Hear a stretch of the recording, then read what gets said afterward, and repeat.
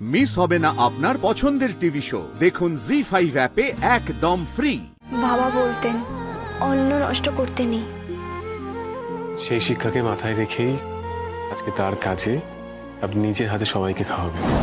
মা, তুমি তো ওনার মেয়ে, যে কাজটা করছো সেটা হচ্ছে 3 দিনের। ওনার ছেলে টেলে কেউ নেই। 13 দিনের কাজটা তো ভীষণ জরুরি, ওটা তো ছেলেকেই করতে হবে।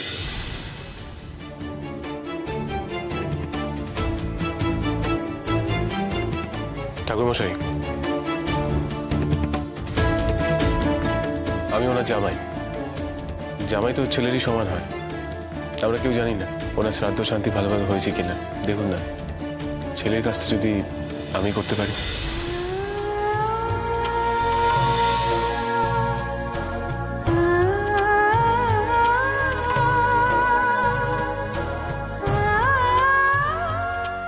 এ বাবা, আমি তো ভিলেন। আমার চোখে সব দেখে জল আসছে কেন? না না না না, আমার চোখে জল এলে আমি বড় বৌদির মাথাটা চিবিয়ে খাবো কি করে?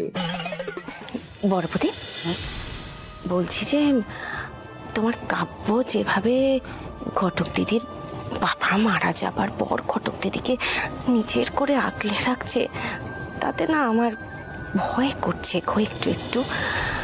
আমার মনে হচ্ছে এরপর ঘটক দিদি স্থায়ীভাবে এই বাড়িতেই থেকে না যায়। ও বড় বৌদি, একটা কথা তো তোমাকে বলা হয়নি। আজ সকালে মানে ভোরের দিকে আমি একটা জিনিস দেখেছি জানো। ওমা, চাটাইয়ের উপর দুজনে একেবারে পাশাপাশি গায়ে গা দিয়ে শুয়ে আছে। হ্যাঁ, আপনি কোর্টে না গিয়ে ফিরে এলেন যে? ডিভোর্স করানোর থেকে আমার মনে হলো এটা এখন বেশি জরুরি। ডিভোর্স আমি কালো করাতে পারবো। আপনি সত্যি বাবার কাজ করবেন? হ্যাঁ, ওনার সাথে আমার বেশি দিন দেখা হয়নি। ওনাকে যেটুকু দেখেছি, জেনেছি, সবটাই আপনার মাধ্যমে। ওনার কষ্টের দিনে আমরা কেউ পাশে থাকতে পারিনি, তাই মন থেকে ওনার জন্য শান্তি কামনা করি। ঠাকুরমশাই, তাই আমি ছেলের কাজটা করব। এটা কি সম্ভব? ভক্তি করে করলে সবকিছুই সম্ভব।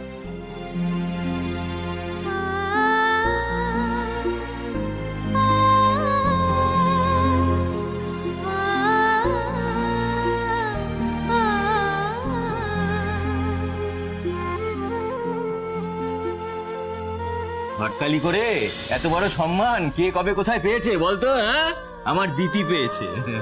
আজ কত আনন্দের দিন। হ্যাঁ, বাবা হিসেবে আমি ব্যর্থ হলেও আমার আশীর্বাদ বৃথা যাবে না, দেখিস।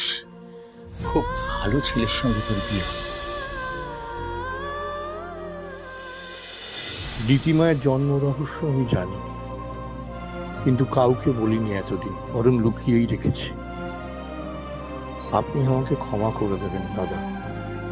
আপনি এখন নেই, আমি তো এখন ওর বাবা। আমি ওকে আগলে রাখি। আমি আপনাকে কথা দিচ্ছি, ওর গায়ে একটু আঁচ আমি লাগতে দেব।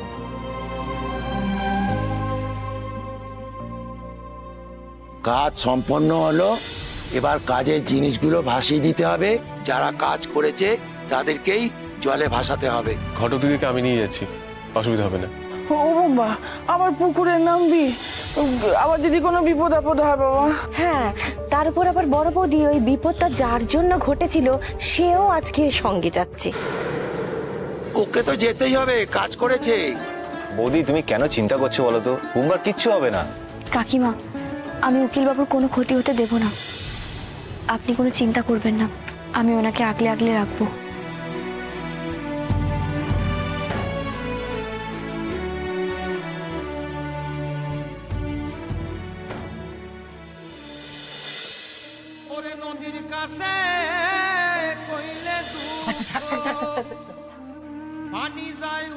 অনেক বড় হমা, অনেক নাম হতো। বলছি, একটা একটা করে ভেলা ভাসিয়ে দিন, বাবা কথা স্মরণ করে। নিন, ভাসিয়ে দিন।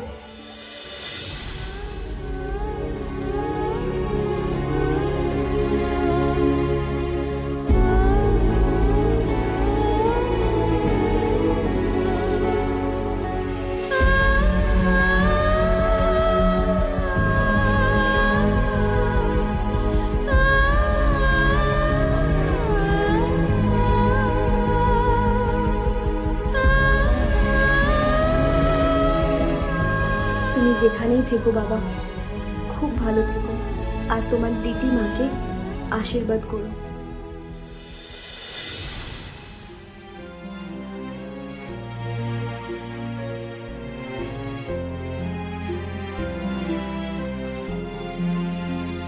আপনার মনে আছে বিয়ের খাওয়া যাতে নষ্ট না হয় আপনি গরিব মানুষকে খাইয়েছিলেন? বাবা বলতেন অন্ন নষ্ট করতে নেই। সেই শিক্ষাকে মাথায় রেখেই আজকে তার কাজে আপনি নিজের হাতে সবাইকে খাওয়াবেন।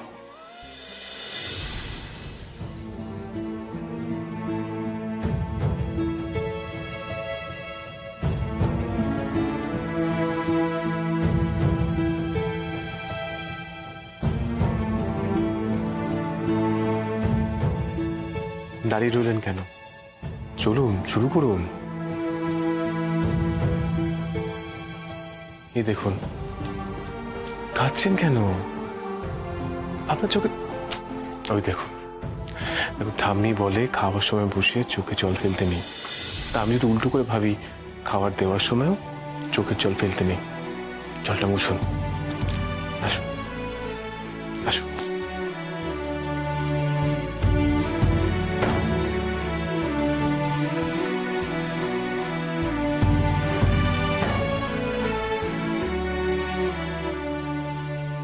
আপনারা সবাই ভালো করে খাবেন, কিন্তু কেউ লজ্জা করবেন না, আর লাগলে কিন্তু চেয়ে নেবেন।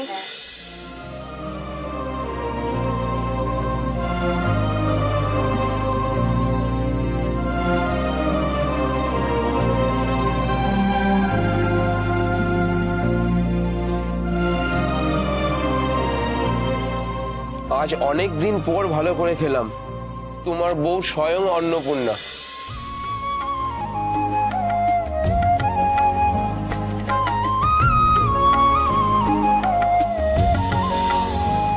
তোমরা সুখী হও, ধন দৌলতে ফুলে ফেপে ওঠো, 7 জন্ম একসাথে কাটাও।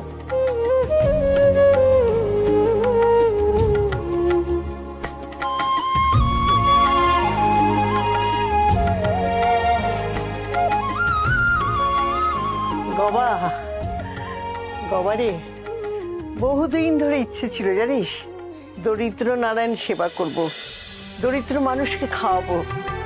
আর এতদিন পরে ভগবান আমার সেই আশা পূর্ণ করেছে দাদু ভাই আর ঘটক দিদির দৌলতে। আমি ভগবানের কাছে প্রার্থনা করি জানিস, যে কোনো অশুভ শক্তি যেন ওদের দুজনকে আলাদা করতে না পারে।